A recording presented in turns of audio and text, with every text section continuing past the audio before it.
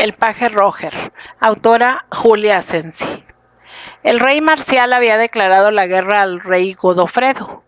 No contento con eso, había ido a buscarle a sus propios estados, seguido de un formidable ejército fuerte y bien armado, con el que esperaba vencer en breve a su contrario.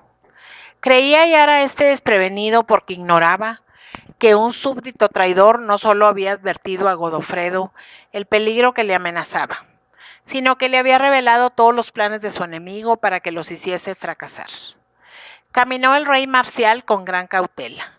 Hizo el viaje a pequeñas jornadas y por último puso su campamento a corta distancia de la capital.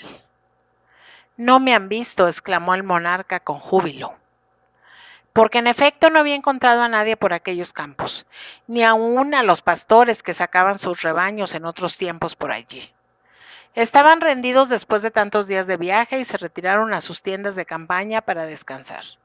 Algunos centinelas se paseaban por delante de ellas para no dormirse y dirigían miradas de codicia a la ciudad próxima en la que esperaban entrar en breves vencedores. El rey reposaba ya con agitado sueño y había encargado a sus guardias que le llamasen muy temprano. Quería sorprender a Godofredo al despuntar la aurora.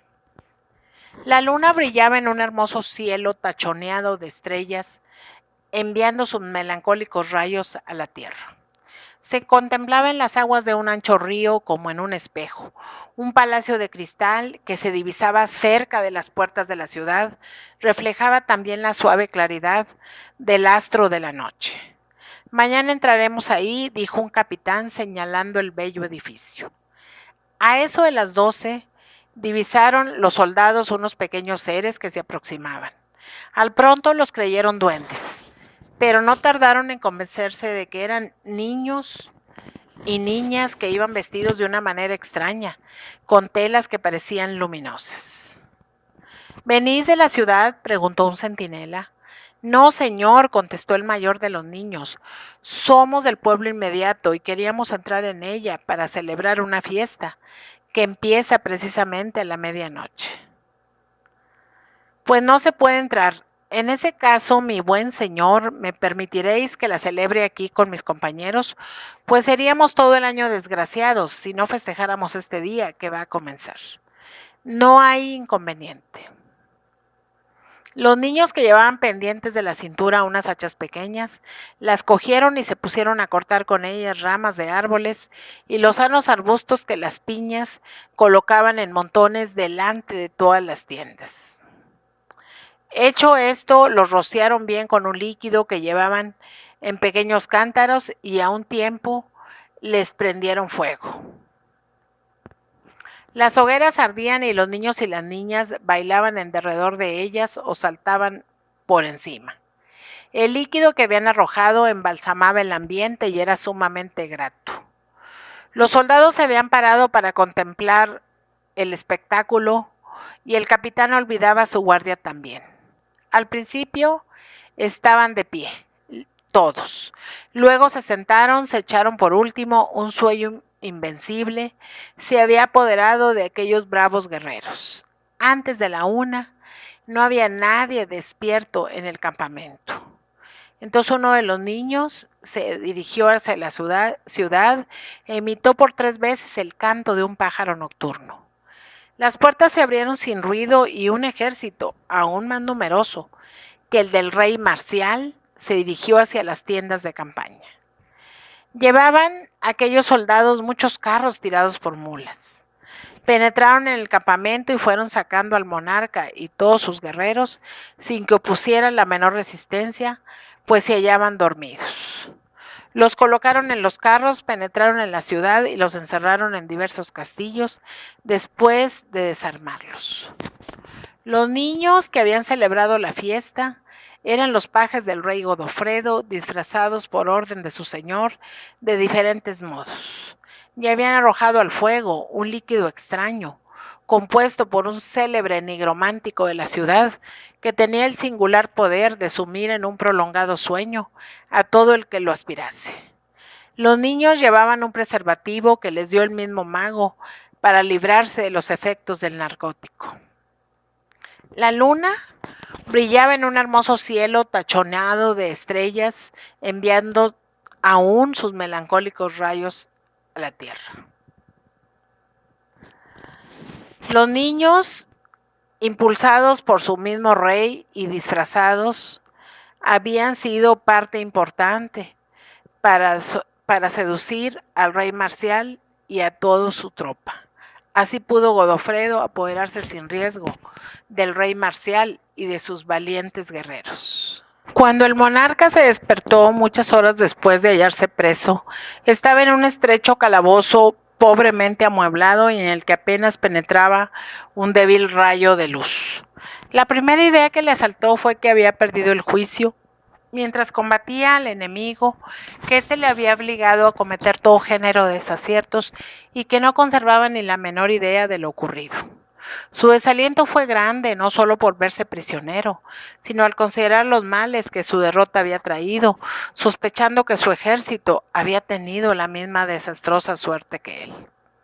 Durante el día vio únicamente una vez a su carcelero, que le llevó algún alimento y un jarro de agua, pero al que en balde preguntó, pues el hombre, atendiendo a órdenes recibidas, no le pudo responder. Así pasó una semana. Entretanto, la noticia de su cautiverio, con todos los detalles de lo ocurrido, llegó a la nación del rey Marcial, llenando de consternación a sus súbditos. La mayor parte de los jóvenes del país habían seguido al monarca para hacer la guerra. Casi no quedaban allí más que los ancianos, las mujeres y los niños. Pensaron todos formar un ejército numeroso, aunque débil. Pero la idea fue rechazada porque tampoco era prudente dejar aquella tierra abandonada y a merced de los enemigos que, sabiendo su desgracia, podrían presentarse a las puertas de la ciudad para conquistarla. Nombraron a un anciano general para que gobernase el país hasta el regreso, si es que regresaban, de su legítimo dueño, y los pocos jóvenes que quedaban y las mujeres formaron un ejército de guerreros y de amazonas. Algunos pajes se reunieron una noche para deliberar sobre la conducta que debían seguir. Entre ellos se hallaban los nombrados Rodrigo, Gonzalo y Roger. Yo opino, dijo este último, que puesto que los pajes de Godofredo son los que han aprisionado a nuestro rey, nosotros debemos oponer astucia contra astucia, y que nos corresponde más que a otros el deber de librarle. El que se atreva a emprender tan arduo proyecto, que lo diga. Yo por mi parte me comprometo a intentarlo. Y yo, dijo Rodrigo, y yo, añadió Gonzalo. Los demás guardaron silencio, por lo que se juzgó que no querían arriesgarse en semejante plan. Participaron al regente su pensamiento y como el rey Marcial no tenía hijos, se prometió solemnemente al que librase al monarca que sería su heredero. Quedó convenido que los jóvenes pajes no irían juntos, sino que cada cual trabajaría por su lado como mejor pudiese. El primero que salió de la ciudad fue Rodrigo, disfrazado de vendedor de frutas. Se dirigió con toda la rapidez posible hacia los estados de Godofredo, pero mucho antes de llegar, le cerró el paso a un bosque incendiado en el que le fue imposible penetrar. Herido a causa de las quemaduras que sufrió y medio muerto de sed y de cansancio, llegó al reino de Marcial al mes de haber salido, y fue tal la vergüenza que le ocasionó su derrota, que se ocultó en una choza con nombre supuesto para que nadie supiera su regreso a la ciudad. Gonzalo se disfrazó de pescador y salió en un bote con el objeto de penetrar en los dominios de Godofredo por el mar. Los primeros días hizo el viaje felizmente, pero antes de divisar el ansiado puerto, se halló ante una poderosa escuadra que le cerraba el paso. Una barca le salió al encuentro, y como pareciese a los marineros que aquel hombre era sospechoso, pues le interrogaron y no supo qué contestar. Le hicieron prisionero, aprovechando un descuido de sus guardianes. Gonzalo se arrojó al agua y trató de alejarse nadando de sus adversarios. Lo logró gracias a muy poderosos esfuerzos, pero extenuado, medio muerto de fatiga, se vio precisado a buscar reposo en una isla desierta. Allí permaneció 2 días hasta que una embarcación extranjera que pasó cerca le recibió a bordo, dejándole no lejos de su patria. Se fue ocultando hasta llegar a una cabaña abandonada, a juzgar por su aspecto miserable. Penetró en ella sin dificultad. Sobre un montón de paja dormía un joven, casi un niño con agitado sueño. Gonzalo se echó junto a él sin mirarle y se durmió. A la mañana siguiente los rayos del sol, que penetraban por la pequeña ventana que estaba al lado de la puerta, despertaron a la vez a los dos durmientes que se hallaban descansando de espaldas uno al otro. Se volvieron y ambos lanzaron una exclamación de sorpresa pronunciando su nombre. Rodrigo, Gonzalo. Se contaron en breves palabras sus aventuras, encontrando un triste consuelo al ver que ninguno de los dos había logrado el objeto de su viaje y no dudando que a Roger le pasaría lo mismo. ¿Vendrá también a refugiarse en esta choza?, preguntó Rodrigo. Por si viene, le aguardaremos aquí algunos días, dijo Gonzalo. Pero pasaron muchos y no supieron nada de su compañero. Entonces, con su mismo disfraz, se marcharon a un pueblo pequeño donde no eran conocidos y se dedicaron a las rudas faenas del campo para no confesar su derrota en la capital del reino. En tanto, Roger, que había seguido distinto camino que ellos, acariciaba la esperanza de obtener un buen resultado. No había buscado disfraz al abandonar la ciudad. Llevaba siempre su airoso traje de pajecillo. Anduvo durante varios días sin rumbo fijo y sin saber lo que haría. Al fin, rendido de cansancio, se echó en el campo al pie de una encina para buscar algún reposo. Empezaba a anochecer y densa niebla le ocultaba los objetos lejanos, permitiéndole ver los más próximos confusamente. Así le pareció que algo o alguien se movía a pocos pasos de él. Era un mendigo. Al acercarse a Roger, le dijo en lastimero tono, después de mirarle con atención: Hermoso paje, tengo mucho frío. Dame tu capa y Dios te recompensará. Tú eres joven y resistirás mejor que yo los rigores del otoño, que es crudo, y del invierno que se acerca. Dame tu capa nueva y yo te daré la mía vieja. Toma, buen anciano, dijo Roger, desprendiéndose de ella, y guarda también la tuya, si la quieres o la necesitas. Pero el mendigo no pareció oírle, y solo se llevó la nueva, dándole, antes de alejarse, este consejo: si vas al primer pueblo que encuentres, mira, oye y calla. Roger cogió con alguna repugnancia la andrajosa prenda, pero como sintiese luego frío, se cubrió con la capa del pobre, con la que quedó poco menos que desconocido. A la mañana siguiente vio a un niño que volvía de trabajar en un campo distante.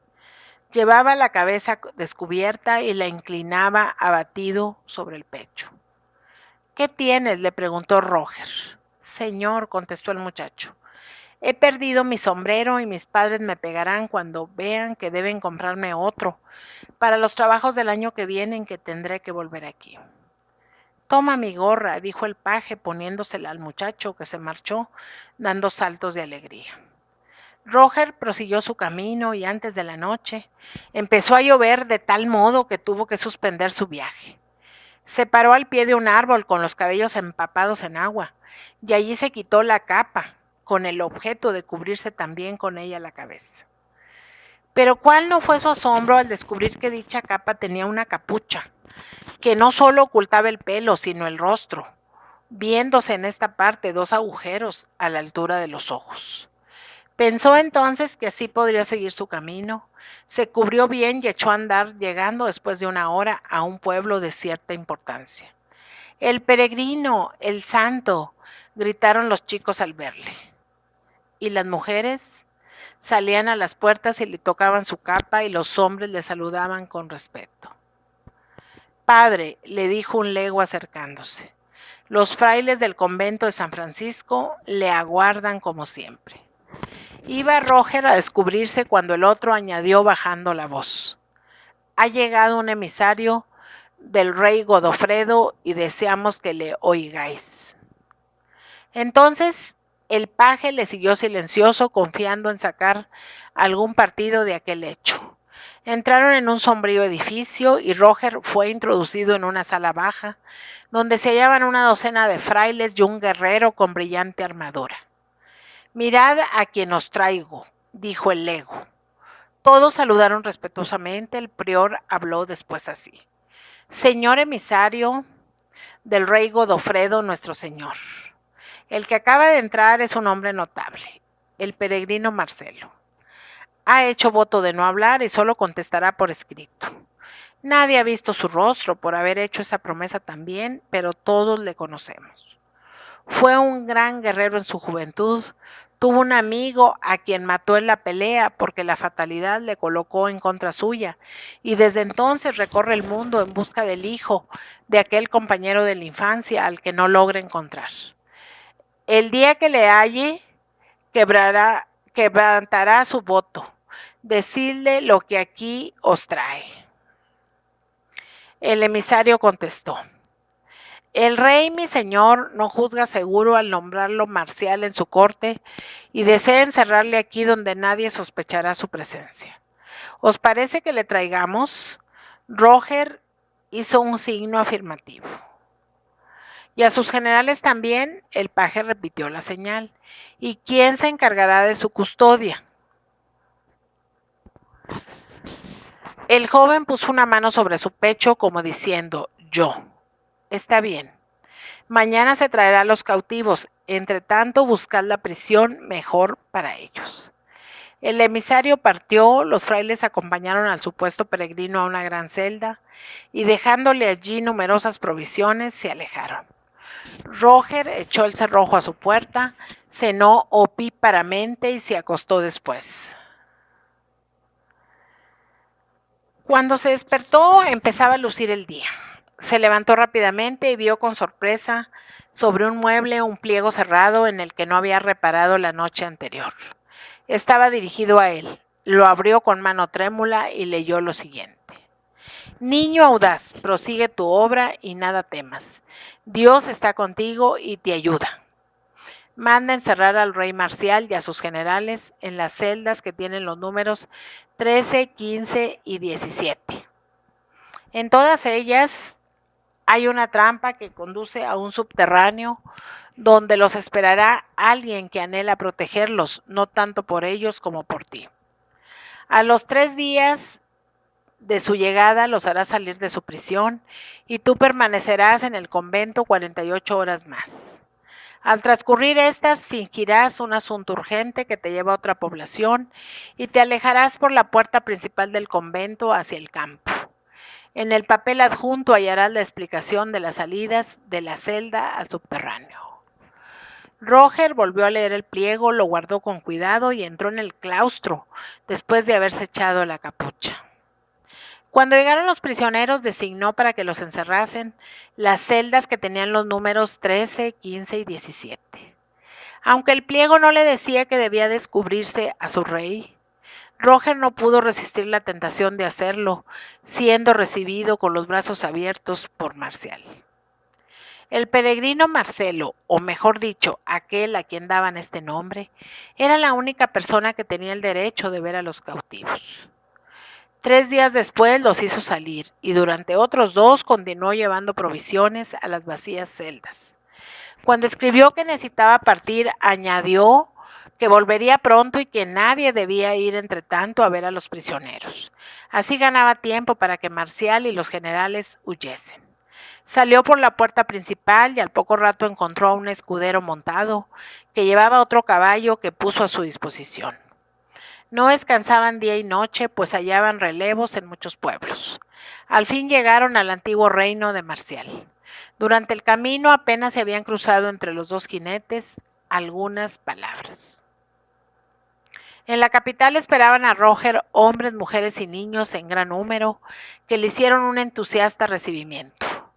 Le quitaron la capa y la capucha poniéndole en sustitución de la primera una de hermoso terciopelo y en vez de la segunda una gorra con ricas plumas. Así entró en triunfo en la ciudad, yendo el rey Marcial a su encuentro. ¡Viva el príncipe Roger!, gritaron todos. ¡Viva el heredero del trono! El monarca y sus servidores habían hecho el viaje sin el menor tropiezo, gracias al verdadero peregrino. Este se hallaba en la ciudad y Roger le saludó enternecido. Todo os lo debo a vos, dijo el paje. A mí no, a tu padre, contestó Marcelo. Era mi amigo y lo maté. Entonces ofrecí que todo lo daría por su hijo y lo he cumplido. Servidor del rey Godofredo, le he sido traidor por ti. Tan traidor que no solo le he quitado a sus prisioneros valiéndome el prestigio que tengo en su país, sino que ahora combatiré contra él para salvar a los otros súbditos de tu monarca. Eres el vivo retrato de tu padre, te vi, adiviné tu intento y te ayudé. Tú serás el sucesor de Marcial, así habré pagado mi deuda. Esta vez fue Godofredo quien declaró la guerra a Marcial. El peregrino, con su antiguo traje, se puso al frente de las tropas de este, y las contrarias, no atreviéndose a hacer fuego contra aquel que tenían por santo, se dejaron vencer. Habiendo hecho numerosos prisioneros, fueron guardados como rehenes, que devolvieron, al ser enviados a su tierra, los súbditos del rey Marcial. Se firmó la paz y los dos reyes, gracias a Marcelo, fueron por fin amigos. Roger, considerado como príncipe heredero, vio premiado su arrojo, siendo al morir Marcial aún más querido y respetado que su antecesor. Rodrigo y Gonzalo, que se batieron como dos héroes contra Godofredo, obtuvieron elevados puestos en la capital. En cuanto al peregrino, una vez cumplida su misión sagrada, se retiró a una solitaria ermita, donde acabó sus días tranquilamente.